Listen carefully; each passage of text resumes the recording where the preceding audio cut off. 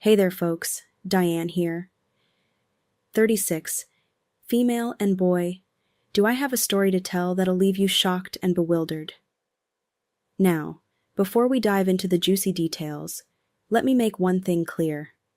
I love my husband and my life, but let's be honest, not everything's been sunshine and rainbows in my little corner of the world. Oh no, far from it. I've had quite a roller coaster of a relationship with my in-laws, Vanessa and Paul. Now, I'm not one to throw around accusations without some evidence to back them up, so let me give you a bit of context. You see, I'm a black woman who dared to marry into a white family, and let's just say my in-laws weren't exactly thrilled about it. The microaggressions, the racial insensitivities, and the downright rude behavior were all part of the package deal, apparently. Now, I don't need to explain to anyone the reservations that Vanessa and Paul might have had, considering America's complicated history, and they were two rich, white, popular Southern individuals. I'm sure you can see how that might have put me at a disadvantage. But here's the thing. I've tried. Lord knows I've tried to be kind, understanding, and approachable to these people. I've extended olive branches left and right, but they just kept chopping them down like lumberjacks on a mission. Cameron, my wonderful husband, bless his heart, would do his best to stand up for me. He'd yell at his parents, urging them to do better, be better, and for a moment they'd promise to change. They'd say all the right things, make all the right noises, and we'd think, maybe, just maybe, things were looking up. But alas, my friends, hope can be a fickle mistress. No matter how many times we had these heart-to-heart talks, they would always revert to their old ways. Their racist reservations and torments against yours truly were ceaseless. It was like Groundhog Day. But instead of reliving a single day, it was reliving years of the same old song and dance. You might be thinking, Diane, why on earth did you tolerate all this craziness? Well, love has a funny way of blinding us to certain things, and I was head over heels for Cameron. I foolishly believed that as long as things were good between him and me, I didn't need to worry about winning his parents' approval. But there comes a time when you realize you've had enough, and that time was quickly approaching for me. So let me take you back to a particular event that would turn the tide and leave a lasting impact on all of us. One day, I was sitting in the living room, adding the final touches to mine and Cameron's 10th wedding anniversary vacation celebration. We were planning to bask in the sun-drenched beaches of Hawaii, the place where we first embarked on our honeymoon adventure. Cameron and I were eager to celebrate this milestone and create new memories together. As I was in the middle of planning, I got an incoming call from Vanessa. Hello? Oh, Diane, my dear, it's so good to hear your voice. I hope you're doing well. Now let me tell you, folks. The sound of Vanessa's voice being enthusiastic and kind was like spotting a unicorn in a concrete jungle. It just didn't happen.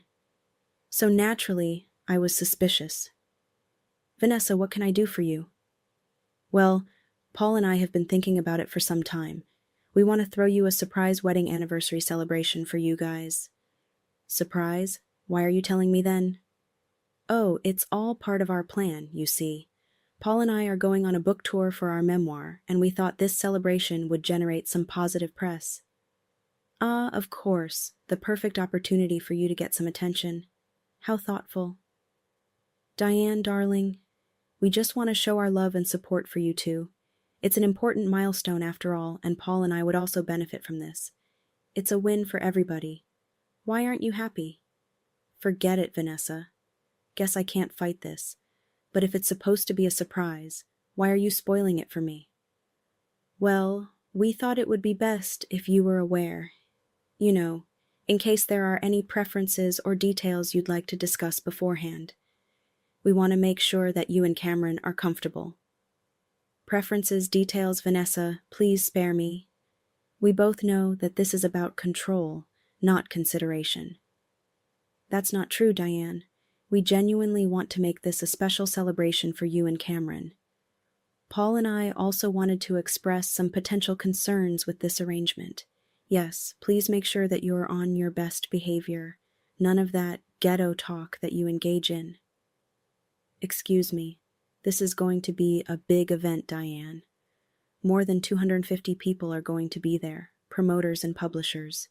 I even managed to get several socialites to come to this event, so you better not blow it for us. What do you mean by ghetto talk? You know, that language that you and your people engage in.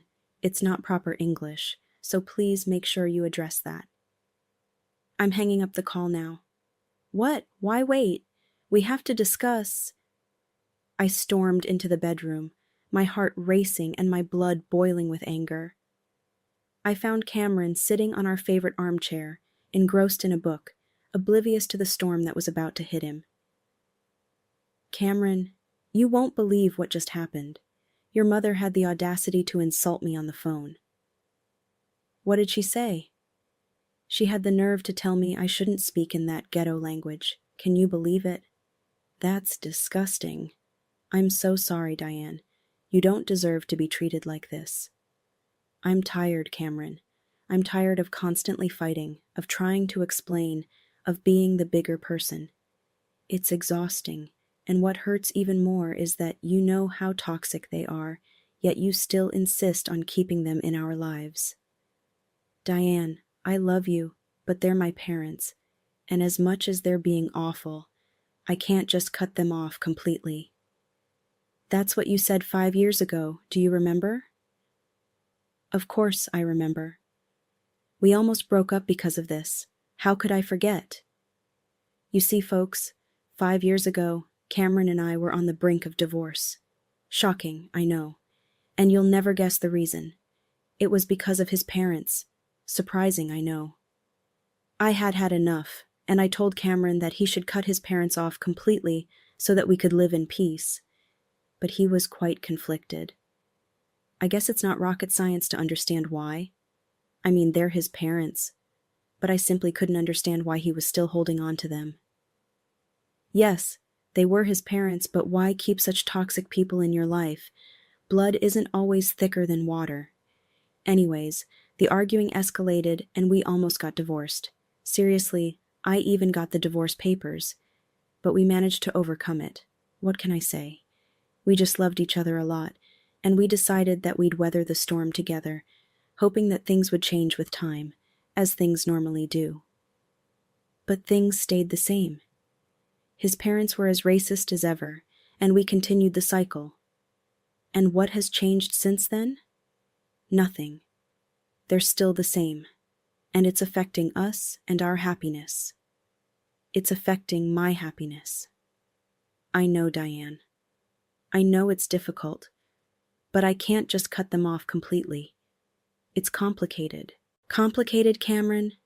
Sometimes the right thing to do is also the most difficult thing to do. We deserve to live our lives without this constant drama, without their racist antics. We deserve peace and happiness. Don't you think that I deserve that? Tears welled up in my eyes as the weight of our situation bore down on me. The thought of losing Cameron, the man I loved so deeply, was devastating. But I couldn't continue down this path of endless frustration and pain. Cameron, I'm at breaking point. I've been at this breaking point for years now. I need you to understand that I can't keep sacrificing our well-being for the sake of toxic relationships. We need to seriously consider cutting them off once and for all. Diane, I need some time to think. I love you, and I don't want to lose you. Let's talk about this more, but please understand that it's not an easy decision for me. Time flew by as we immersed ourselves in the preparations for the anniversary celebration. Vanessa and Paul took charge, leaving no stone unturned to make the event flawless. Surprisingly, they included us in every step of the planning process, seeking our opinions and genuinely valuing my input. It was a refreshing change to see them being so attentive and interested in what I had to say. Diane, what do you think about this color scheme? We want everything to be perfect for you and Cameron. Well, I actually think the blue and gold combination would be lovely. It's elegant and timeless. To my surprise, they didn't dismiss my suggestion or belittle my opinion as they had done in the past. Instead, they nodded, genuinely considering my words. You're right, Diane. Blue and gold it is. We want this celebration to reflect your love and happiness, as much as we want to be in good graces with the public eye. It's your day, after all. Cameron and I exchanged surprised looks, cautiously optimistic that maybe, just maybe, Vanessa and Paul were undergoing a transformation. We entertained the possibility that their previous actions were more of ignorance than genuine animosity. However, deep down, I couldn't fully dismiss my reservations. It seemed a bit too convenient that their newfound kindness aligned perfectly with the release of their joint memoir and the need for positive publicity. Something felt off, and I couldn't shake that nagging suspicion. Did you see that, Diane? Maybe this book tour has forced them to reevaluate their actions. It's possible, Cameron. But let's not forget their past behavior. We need to be cautious and not let our guard down completely. As the preparations kept going, I couldn't help but notice how they were involving us in every single detail of the event. They wanted our input on the guest list, the menu, and even the music. It felt weird to suddenly be included like this, but I went along with it, waiting for something to go wrong. On the surface, it seemed like our relationship with Vanessa and Paul was getting better. They even managed to keep their racist remarks to themselves during that time. But deep down, I couldn't shake the feeling that their kindness was just a front, a way to make sure they looked good for their book tour. The day of the anniversary celebration finally arrived, and I couldn't deny the grandeur of the event they had orchestrated. It was really fancy. The venue was adorned with blue and gold decorations. But as I had requested, the table was meticulously set, and the atmosphere exuded a sense of celebration. Our friends and family were gathered, equally waiting for the surprise, not knowing that we were ready in the loop. There were also a boatload of unfamiliar faces wielding cameras and iPads, journalists, photographers, and other publicity people. As I stood by Cameron's side, anticipation filled the air. Vanessa and Paul, wearing fake smiles, approached us, ready to unveil their grand surprise. Diane, Cameron, we hope you're ready for the biggest surprise of your lives, they exclaimed. Yes, of course, surprise, I replied. Right when you two come out, pretend to be shocked, okay? Diane, if you could cry, that would be lovely. And sweetie, remember what we said. No ghetto language, please. Both of you are going to be giving a speech. This needs to go perfectly. There it was. I knew that Vanessa couldn't play nice for more than a week. Her mask began to slip, and she was being as pissy as ever, looking at Cameron like I told you so. Let's just get this over with, she muttered. Cameron and I stood outside, ready to enter the venue, trying to act all surprised and thrilled like two puppets in the circus. The emotions were all over the place, and I could feel the tears welling up, realizing that this wasn't the line I had signed up for. But hey, we had a show to put on, right? So I steeled myself and went along with it. As we stepped through the doors, the room erupted with applause and cheers, like we were some kind of celebrity duo. And there they were, Paul and Vanessa, grinning like Cheshire cats, ready to welcome us to the stage. Diane, Cameron, welcome to your 10th wedding anniversary celebration surprise. Joining in the act, we wanted to show our undying love and support for your blissful journey together. Congrats. Oh, come on, people. You can cheer louder than that. Let's welcome the lovely couple with a roaring amount of support. The crowd erupted louder, and Cameron and I made our way to the podium, where his parents stood. Cameron, bless his heart, looked genuinely surprised as he hugged his parents, playing his part like a seasoned actor. The crowd ate it up, clapping and cheering as if we were the stars of a reality TV show. Little did they know the show was about to take an unexpected turn. Vanessa began speaking to the crowd, ready to continue the show, when I had a sudden epiphany. This was my moment to seize control, to let my voice be heard amidst the sea of phony smiles and hidden agendas. I wasn't about to let this opportunity slip through my fingers. Now, Let's hear a few words from the queen of the event, Diane, Vanessa said. Thanks, everyone, for showing up tonight. It's quite the turnout, I must say, I began. Whispers started to spread through the crowd, praising the benevolence of Paul and Vanessa. Oh, how little they knew about what was about to go down. Now, I want to take a moment to express my heartfelt gratitude, not just for this fabulous celebration, but for the layers of endless support from my in-laws, I continued. Paul and Vanessa exchanged looks of anticipation, their faces beaming and ensuring that the camera people were capturing this moment. They were probably expecting a gushing tribute. Well, they were in for a surprise of their own. Tonight, I want to thank you both for teaching me a valuable lesson. You've shown me just how strong I can be in the face of adversity. Your presence in my life has been a constant reminder of the importance of standing up for what I believe in, even when I'm faced with ignorance and bigotry from you two. The room collapsed into stunned silence, like someone had pressed the mute button on their applause.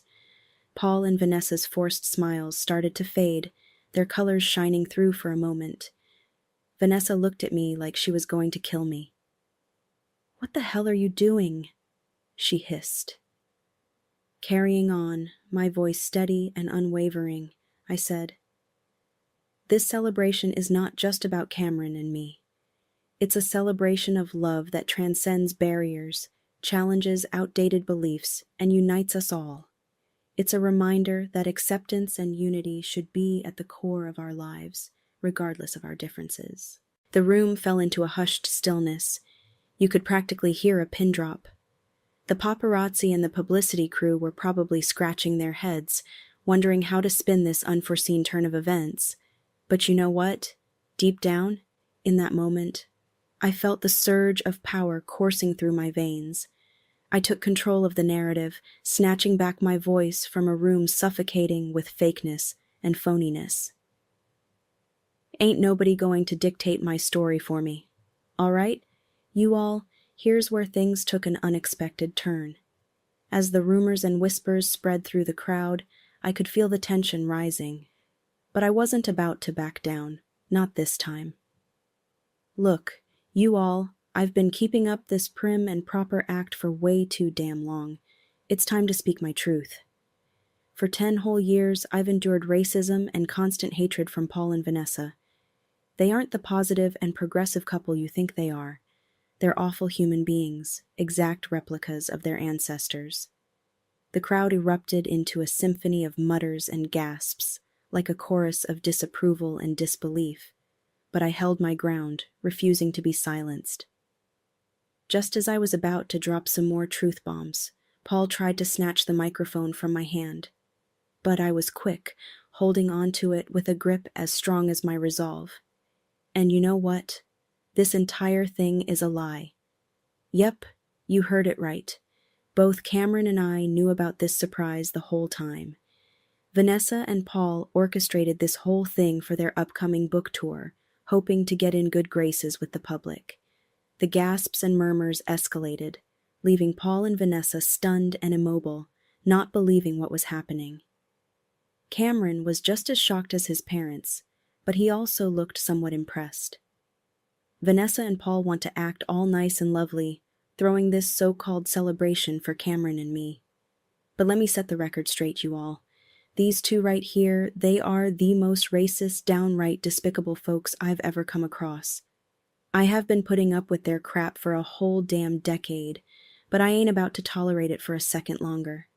The room erupted in more gasps, blending with whispers that echoed throughout. The photographers clicked their cameras, capturing every moment of the unfolding drama.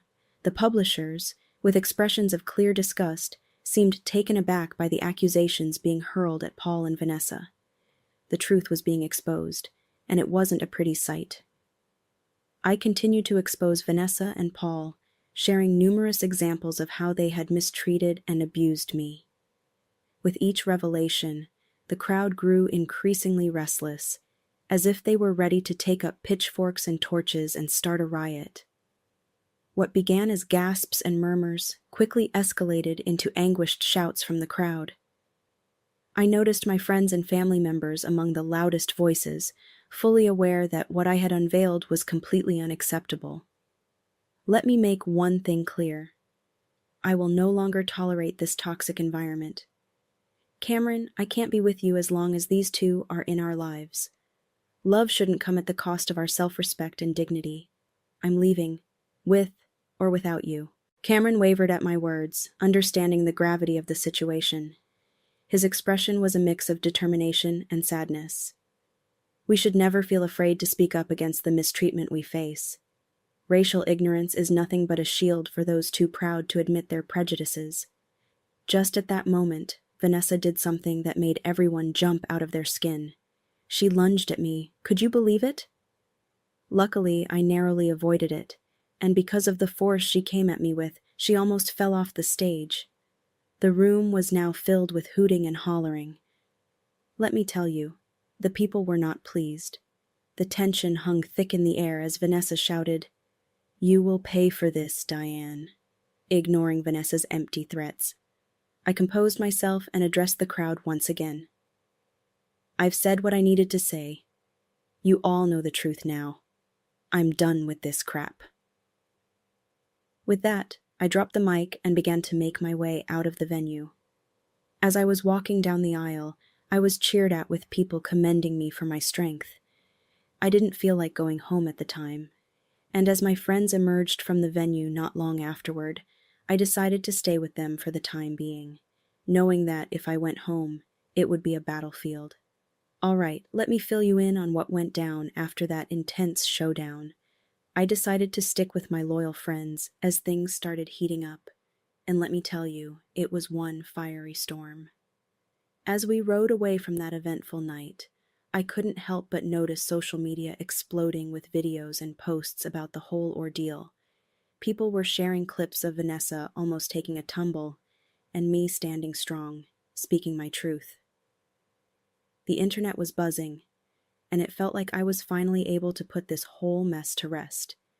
I had zero intention of ever crossing paths with Paul or Vanessa again.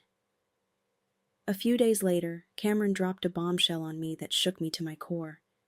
Turns out his parents had to pull their books from the shelves because of the relentless backlash and negative press. Can you believe it? Now they were scrambling, trying to salvage their reputation by issuing public apologies. But you know what? Nobody was buying it. Paul and Vanessa were officially canceled. Cameron had a change of heart too. He finally realized that he hadn't been the best husband to me. He confessed that he was ready to cut his parents off from his life and our home. And in that moment, he asked me to come back home. He wanted us to rebuild our lives together, free from the toxic grip of his parents. Now, I'm not one to forget the pain and hurt easily, but I believed Cameron. So after a lot of thinking and soul-searching, I made the decision to return home. We knew we had a lot of healing and rebuilding to do, but we were ready to face it together, stronger